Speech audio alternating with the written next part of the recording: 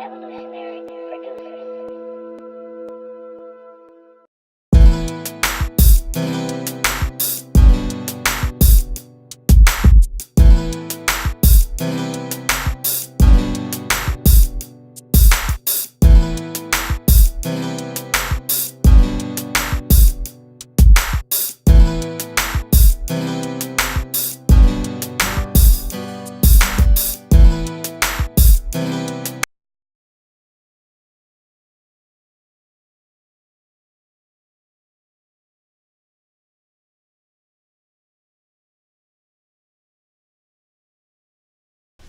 Welcome to the Grapevine, the best in edutainment. We're going to talk about things that make you laugh, make you cry, make you mad, but most of all, what we're going to do is we're going to edutain you. We're going to entertain you, and we're going to educate you. We're going to talk to you about some of the things that you really need to know, and you're going to hear it through the Grapevine. Of course, you know who the Grapevine is. We have Cornelia Stevens on my left, Martiz Kendrick on my right. I'm Damon Jennings, and thank you for helping us, and thank you for being part of the Grapevine's audience. Look at our sponsors. You know what they want to do for you, so let them help you out. And we have a great show for you. So without any further ado, guys, we're going to go ahead and get into it. And you know, a couple of weeks ago, we had a show where we talked about addiction. We had the actor that we talked about that had died because of overdosing on heroin. Right. And we have a viewer, and it's sitting right next to me. He's sitting right next to me. This is Doc Smith, ladies and gentlemen. Let's give Doc a hand.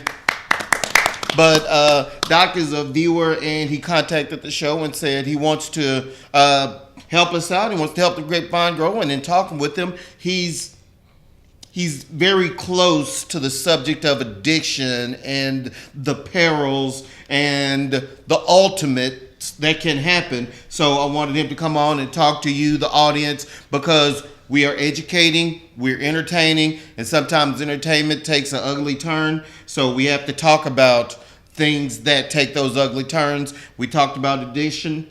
And Doc, welcome to the show. Welcome to the Grapevine. And without telling your story, I want you to tell the Grapevine audience and tell us your story briefly and how this subject is so close to your heart. Well, in June of 2013, June 26th, 2013, my son David died of an overdose, very much like what we just heard about with Philip Seymour Hoffman, I think is who you were talking about. Yes. It's just a shocking thing to have happen to your family. You know, you hear about these things happening. You hear about, drug addiction in our town, but I had no idea just how much of a grip drugs have here in Clarksville on our young people. And we found out, obviously, the worst way you can find out just how bad it is. But yeah, David was just hours before his 21st birthday, having already been through... Do me a favor, say that again, tell them, because there are people out there that have children similar ages that are going through some of the same things, and you were going to be a testament to them. So let them know. Well, we found out the worst way you can find out how bad the drug addiction problem is when we got a phone call just hours before my son's 21st birthday to find out that he had overdosed on prescription opiates that are all too available in this city. And just hours before his 21st birthday, David passed away. And our world changed. Everything that we once saw as black was now white. Everything that we once saw as white was now black, and color just became a total... It's just there was no color in this world. Yeah. Now, as horrible as that is, did you harness some bitterness, some anger? And I know it's terrible to ask, what was your response? But You know, the most surreal experience that I can ever imagine is standing in ER bay number 10 and looking at the lifeless body of your child. Knowing the finality of it. You know, we don't even have a word for that. Right. We have a word to call someone who loses their husband. If a woman's husband dies, we call her a widow. If a man loses his wife, we call him a widower. If a child loses their parents, we even have a name for that. We call them orphans. But we don't have a word to describe what feelings you go through. Did I have anger? Absolutely. Anger is something that I have to deal with, I think, on a daily basis because, you know, you think it can't be your kid. David was a musician. He was extremely popular in the city. Very popular in the city. A lot of folks knew him and loved him, and he was the kind of guy that it just doesn't happen to. And you think that it can't be your child. But you're wrong. It can be your child. And you get that phone call, and like I say, everything changes. I was very angry. And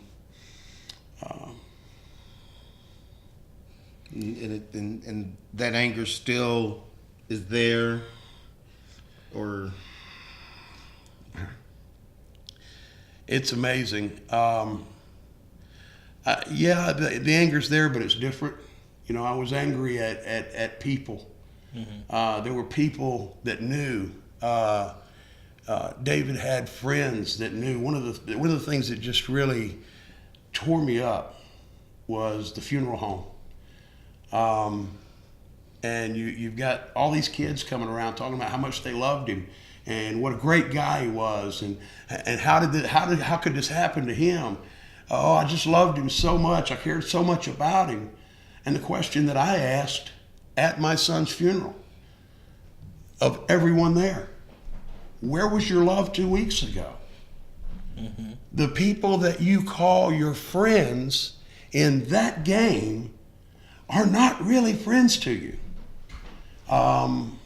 They're friends as long as you've got money for pills or heroin or whatever it is. But after that, I don't know. Yeah, the anger has changed for me. Now I'm just angry about the situation, and I'm angry that we're not doing enough in that battle. We've got an awesome city here in Clarksville.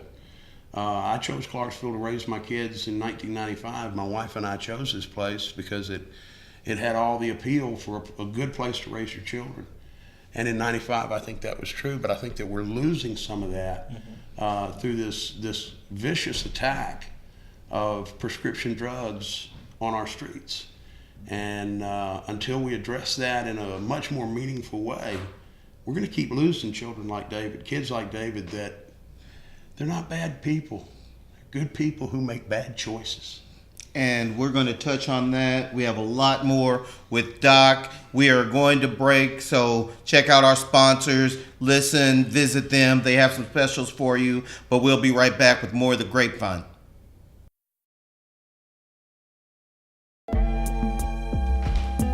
Hey, you're tuned into the Grapevine, the best in edutainment. I'm Damon. You caught me getting a snack. Go ahead and grab yourself one, but come right back.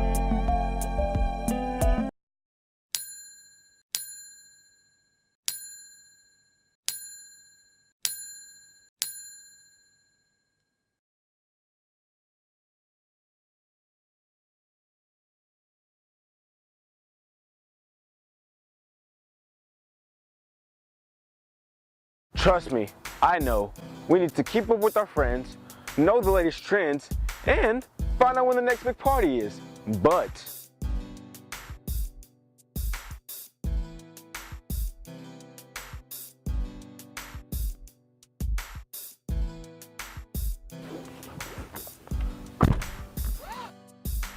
When you get in, put it in.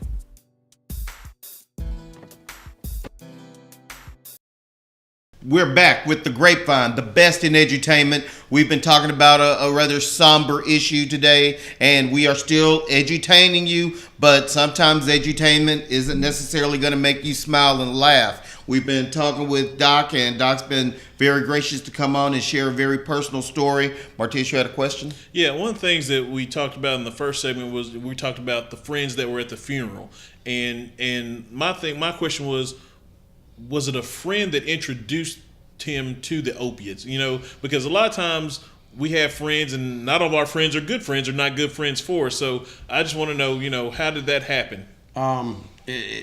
Yes, it was a friend that introduced David to the opiates, and I think that's probably the way these kind of things always happen. You know, David had gotten into some trouble and was put on probation. And as I said, he was a guitar player. 20-year-old guitar player, wasn't nothing for him to, you know, smoke a joint and play a little guitar. But when he got put on probation, well, he couldn't smoke that joint anymore. So a friend introduced him to Xanax and said, "Here, take one of these. It's almost the same thing as smoking a joint." And I've taken Xanax. I've been prescribed Xanax by my doctor, and I know what they feel like and what the effects are. And the fact is that, yeah, if you take one, the first one you take is going to kind of have that little euphoric feel. But then before long, it takes 2, and then 3, and then 5, and then, oh my gosh, this is starting to cost a lot of money. Mm-hmm. And well, then you've got another friend who comes along and says, "Well, man, dude, quit wasting all your money on those Xanax and just buy one of these." And you step up to a new level. Mm-hmm. And that demon just grabs a hold of you, and it's a vicious thing. Especially if you are consistently in those same circle of friends. Absolutely. And and we're all parents, right? And I know the universal answer, and you can tell me this, audience, but can you tell your children who their friends should and shouldn't be? You know, that's the question. You know, at 20 years old, how do you control your child?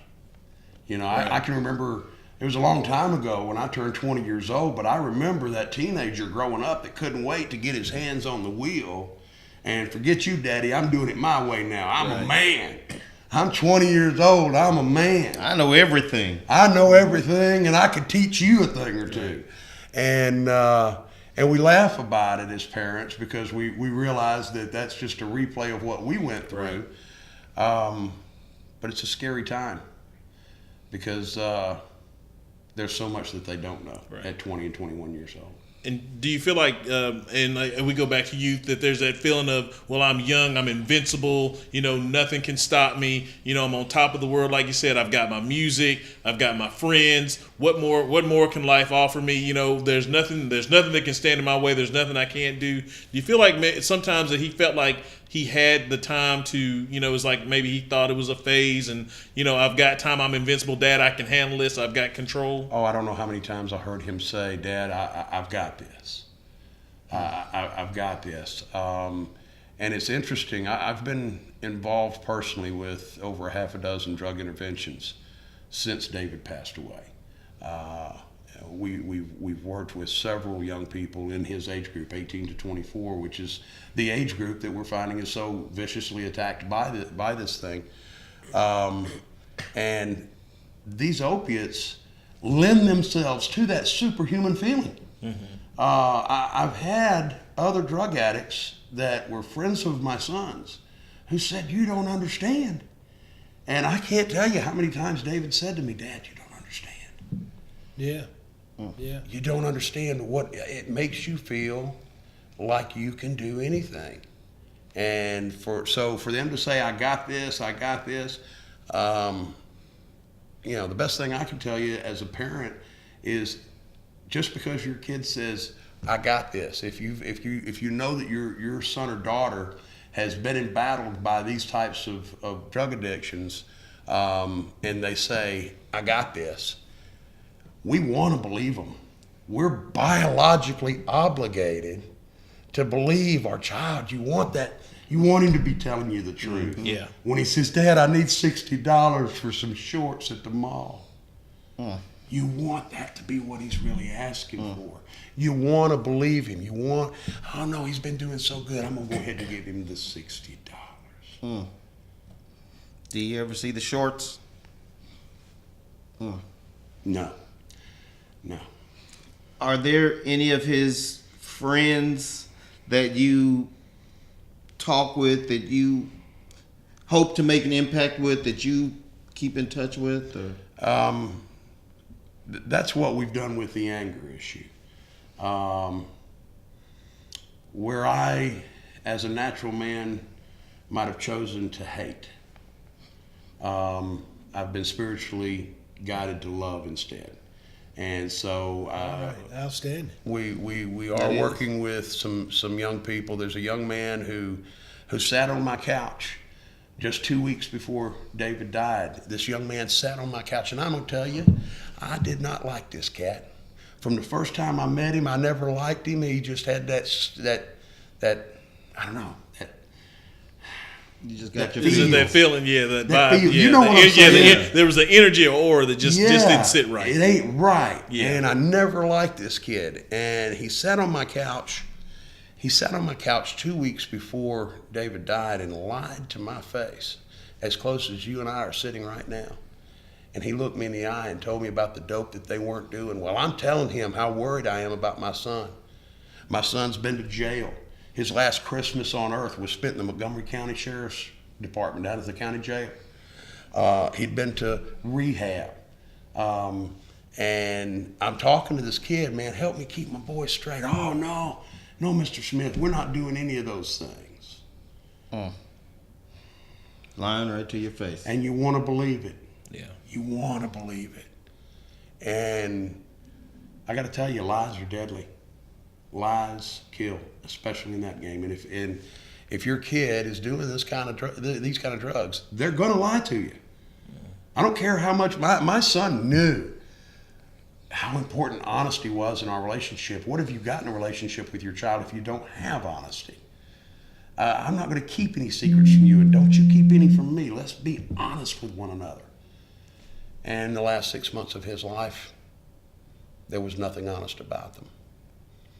And that's the heartbreaking part, is I know that it must have been torturous for him to have to look at me and lie to me day after day. All right, we're gonna take a break. Get you time to get yourself back in good spirits. We're gonna be right back. We have another important segment, very important topic. This is one you don't want to forget the end of. We'll be right back with more from the Grapevine.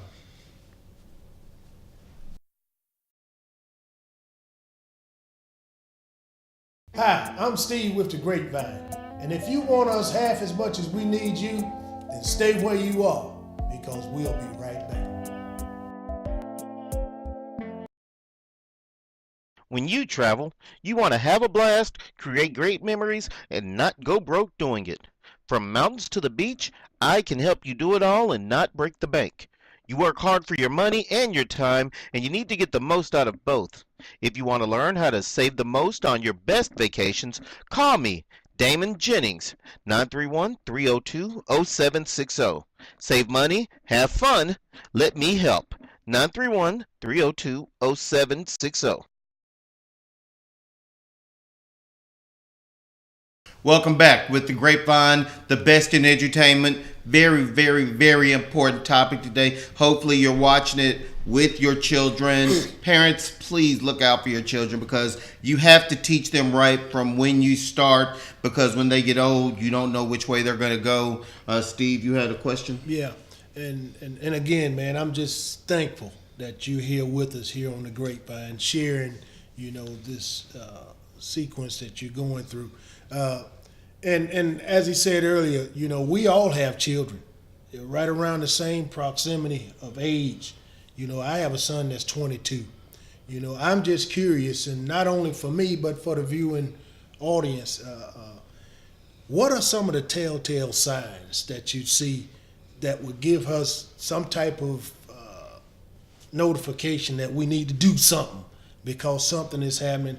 And what do you have right now in place that they can go to assist them into getting this problem rectified?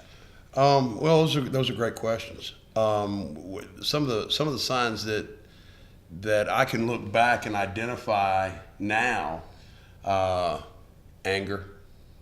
You see these mood swings, big mood swings. One day they're, 1 minute, 1 hour they're in a great mood, and then an hour later, they're just as angry as can be. David and I had issues as father and son where we would argue in ways that we had never argued before, where they get defiant. That's one of the things. Watch the money. Watch the money. Watch the money. What are they doing with their money? Make them be responsible for themselves. One of the greatest things that I think that we can do with our kids is to make them take responsibilities for the things that they want financially. You want a nice car? Earn it. You want your own place? I'm not going to get it for you. You pay those bills. And if you don't have the money for the bills, find out what's going on with the money.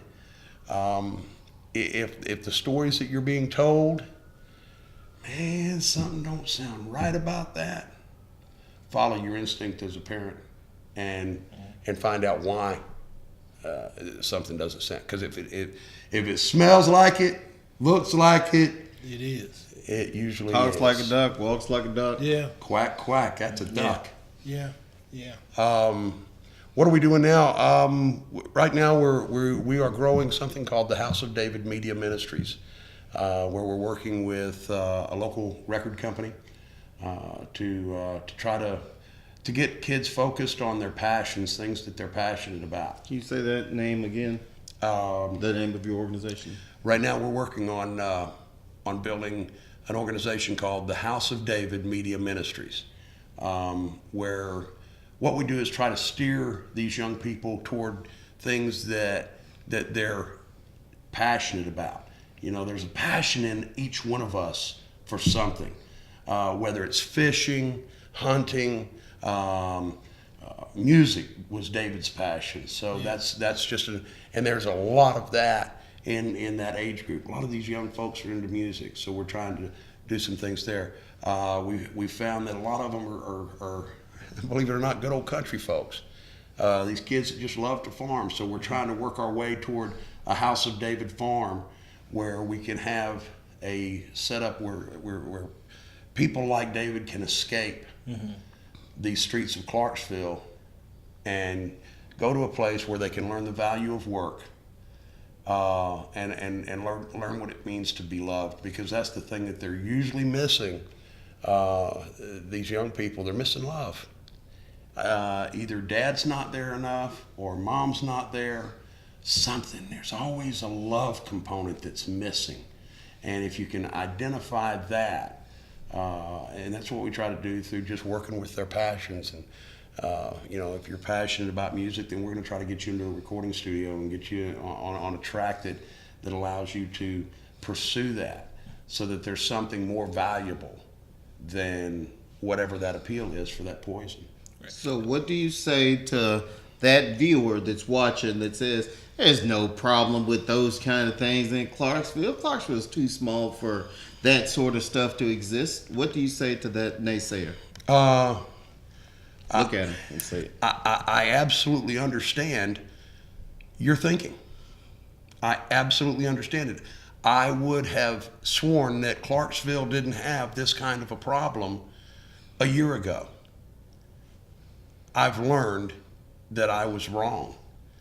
I have seen how many young people are being affected in this town by prescription drug abuse, by heroin abuse, by crack cocaine abuse.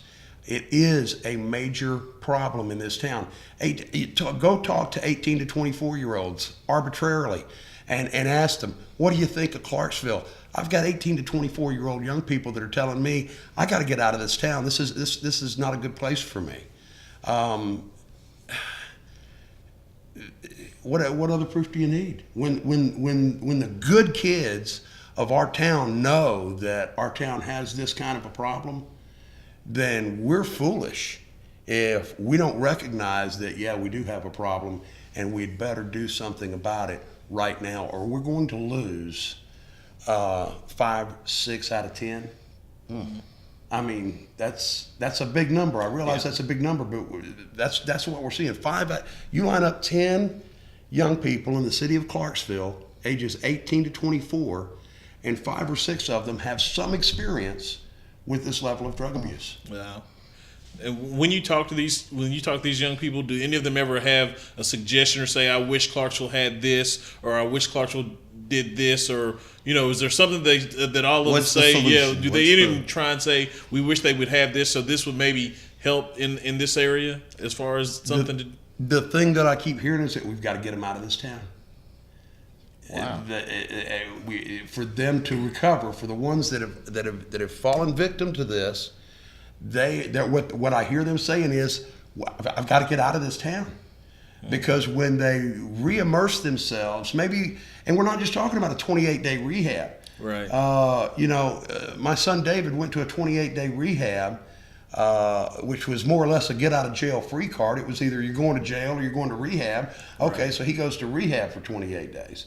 He comes out 28 days later. That night, he's dropping acid in the streets of Clarksville. Wow. Yeah. All right. So if you just by sending your child to a rehab facility, don't think that you're done. Right. That's a drastic mistake to think that we're done when we send them to rehab, because we're not finished at that point. You've only gotten started. When that addict walks out of that rehab facility, the addiction is waiting in the parking lot, and it will grab a hold of them and run them straight back to the drug dealer. We've got to redirect their focus to new places, new people. And that's a hard thing to do when you're asking your child, hey, I don't want you hanging out with those people anymore. Dad, those are my friends. It's a tough battle. It's a very tough battle. And, another hard thing to do is to try to sum all of this up in one 30-minute show. Like I had been saying, we can go on and on and on talking about this, and I'm sure we're going to invite you on again. Yes, but indeed. Unfortunately, we have already ran through the time. We certainly appreciate the time you spent with us. Appreciate it. Hopefully you're going to hang out and help the Grapevine grow. Yes, sir. Grapevine audience, if you know of anybody, if your children are showing any of the symptoms that Doc has talked about, bring it to the forefront. Open up the conversation. This is a very, very important topic in this town when it comes to survivability, when it comes to staying off of those poisons. So, Doc, once again, thank you. If you have any questions, you know how to get in touch with the Grapevine. We're on Facebook at Grapevine Best Edutainment. You can tweet us at Grapevine TV6.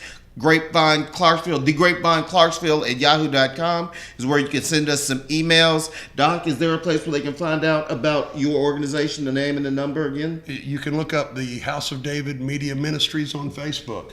We are on Facebook, and you can also contact me at God's House of David at gmail.com. God's House of David at gmail.com. You've heard how to get in touch with him. You've heard we've talked about. Once again, thank you very much. When you are talking about this subject, make sure you tell everybody that you talked about it because you heard it through the Grapevine, and we're going to help keeping you grow. You're going to help us keep growing. Thank you for watching the Grapevine. The Grapevine. The Grapevine. The Grapevine. Thanks for having me on The the Grapevine. Grapevine. The Grapevine.